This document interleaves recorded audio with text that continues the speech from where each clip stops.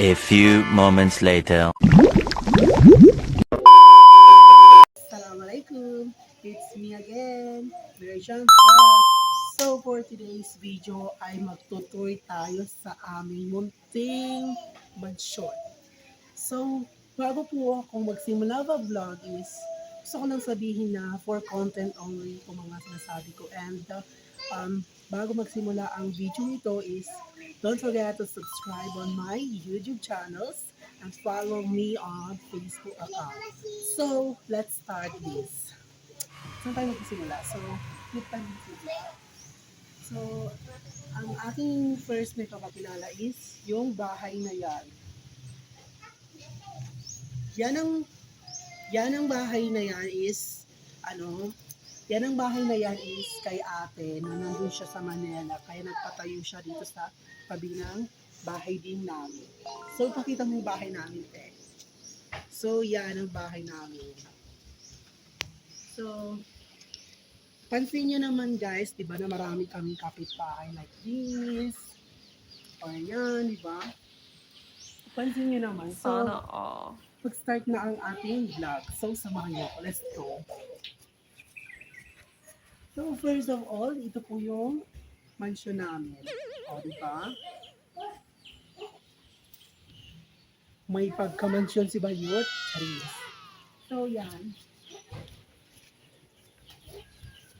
So, ito po yung mga kahoy namin. So, pakita mo.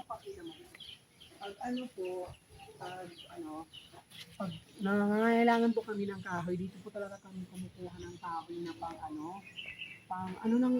saing na yun. Mag-saing kami. Yan ang kukunin namin. So, let's start. Tapos, itong naman po, itong kahoy na to, binibenta po namin sa halagang 50 pesos. So, lahat po ng gustong bumili ng kahoy na 50 pesos, available po yan dito sa Makagili. Char. So, ito pa po. Itong naman po, bahay siya ng aming manok. Yan ay bahay namin. Bahay ng manok. Ang bahay po dyan. Yan po yung bahay ng aming manok. Bali, dito po, dito po sila minsan. Nagalagay pag umuulan yung mga manok namin. Bali, ang next move naman po is itong mga, anong tawag dito? Hindi ko alam kung anong tawag dito sa Tagalog. Pero marami po talaga kaming ganito. Basta kayo na yung may alam dito kung anong tawag dito. Basta kailangan po sa pagsasaing. Diba? So, yan. So, tapos na tayo sa pagtuto dito sa labas. So, papasok na tayo sa mansyon. Yes!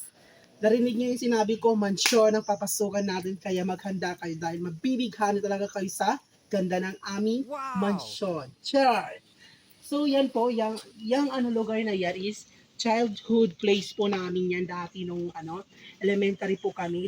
Dati po is pag pinapatulog po kami ng tanghali is dyan po talaga kami tumatakas like nagatakbo-takbuhan kami ng mga friends ko. So let's move on. So papasok na nga tayo sa aming munting mansyon. So let's go. Stop. A few moments later. Everyone, papasok na nga tayo sa mansyon, ay bahay namin. So, samahan niyo ako. Let's go.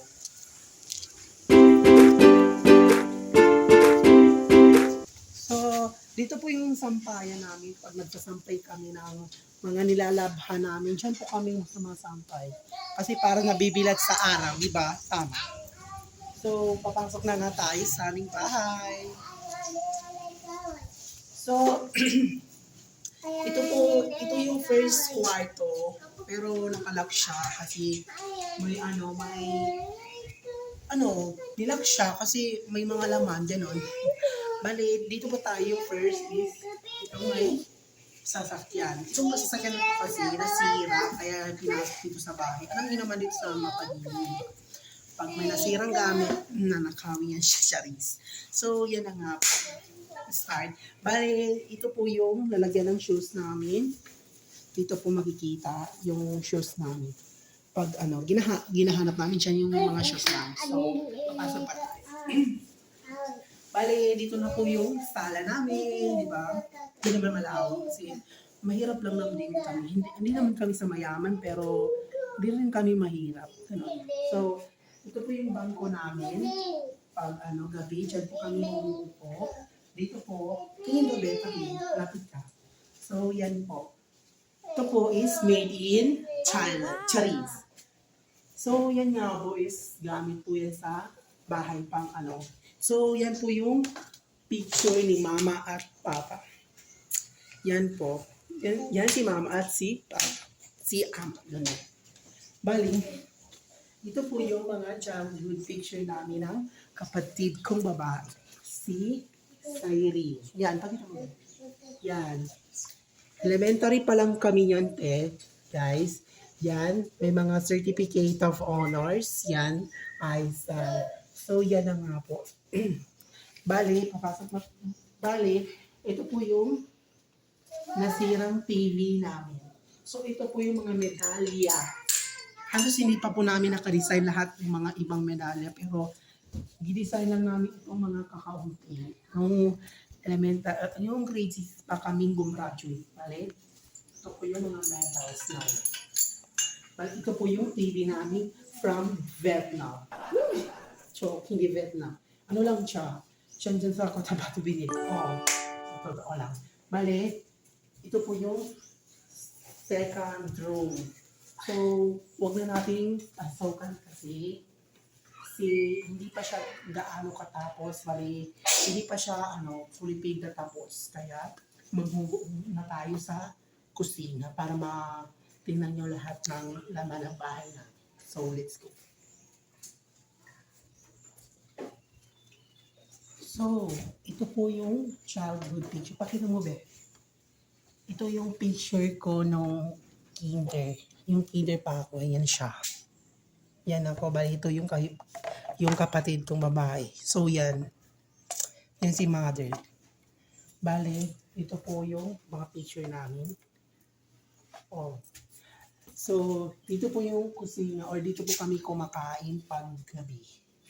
Dito yung mesa, dito kami kumakain. Kasi dito po kami kumakain.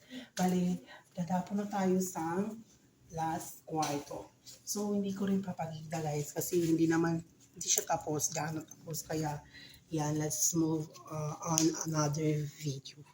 So, pupunta na tayo sa kusina namin. So, ito yung namin, gas namin. So, ito po yung kusina namin.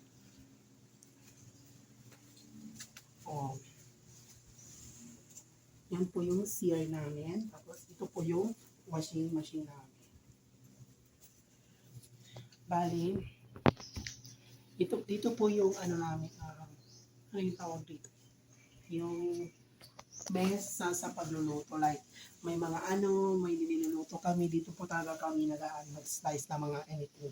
Ito po yung mga plato namin. Ito po yung lagyan ng tubig namin. Ito yung mga baso namin. Kaya po sa umaga, tanghali, hapon din po kami kumakain kasi nagpa-fasting po kami mga Muslim, Ramadan sa amin. So, ito po yung namin. Ano tawag dito? Kasi dito po kami nagluluto ng mga saing, mga pikas, ganon. So, dito na po nagtatapos ang ating tour sa bahay. So, sa mga gustong magpa-challenge or may gustong may prank, comment lang kayo sa comment sections. And sana mag-follow kayo and mag-subscribe, mag-comment and mag-like, share sa aking YouTube channel and FB page. Sa FB page ko po, ang pangalan ko po doon is Mary Chan Vlog. Doon nyo po i-follow yung page kong yun. Kaya thank you sa lahat ng nanonood. Thank you very much. Bye!